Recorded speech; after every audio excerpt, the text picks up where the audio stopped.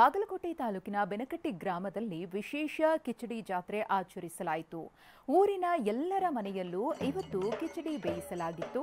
ಬಳಿಕ ಮನೆಯ ಪುರುಷರು ತಲೆ ಮೇಲೆ ಕಂಬಳಿ ಹೊದ್ದು ಅದರ ಮೇಲೆ ಕಿಚಡಿ ಬುಟ್ಟಿ ಹೊತ್ತು 2 ಕಿಲೋಮೀಟರ್ ಸಾಗಿ ಊರ ಹೊರಗೆ ಇರುವಂತಹ ಕಂಚಿ ವೆಂಕಟೇಶ್ವರ ದೇವರಿಗೆ ಕಿಚಡಿಯ ನೈವೇದ್ಯ ಅರ್ಪಿಸಿದ್ರು.